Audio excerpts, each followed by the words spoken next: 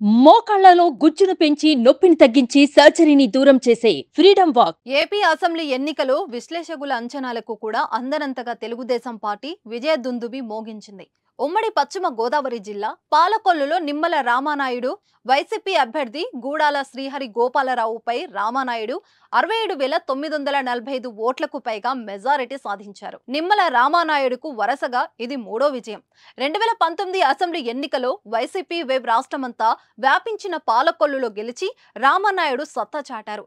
నిత్యం ప్రజల్లో ఉంటూ ప్రజల పక్షాన అలుపెరగని పోరాటం చేశారు. అయితే పాలకొల్లులో ఈసారి వైసీపీ జెండా రెపరెపలాడుతుందని ఎన్నికలకు ముందు ఫ్యాన్ పార్టీ నేతలు జబ్బలు చరుస్తూ చెప్పినా నిమ్మల తాకిడి ముందు నిలవలేకపోయారు.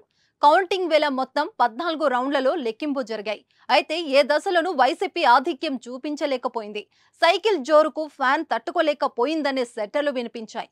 వైసీపీ పాలనలో ప్రభుత్వానికి వ్యతిరేకంగా పోరాటంలో నిమ్మల ఎప్పటికప్పుడు సక్సెస్ అయ్యారు.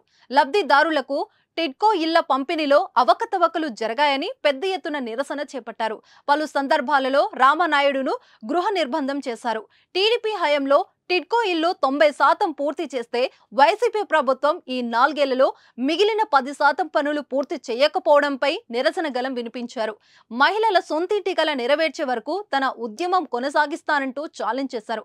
ఒకానొక సందర్భంలో ప్రతిరోజు ఉదయమే ఇంటింటికి వెళ్లి పేపర్ వేసి నిరసన తెలిపారు రామానాయుడు. సుమన్ టీవీలో మీ పర్సనల్ అండ్ బిజినెస్ ప్రమోషన్స్ కోసం కింది నెంబర్కి కాంటాక్ట్ చేయండి.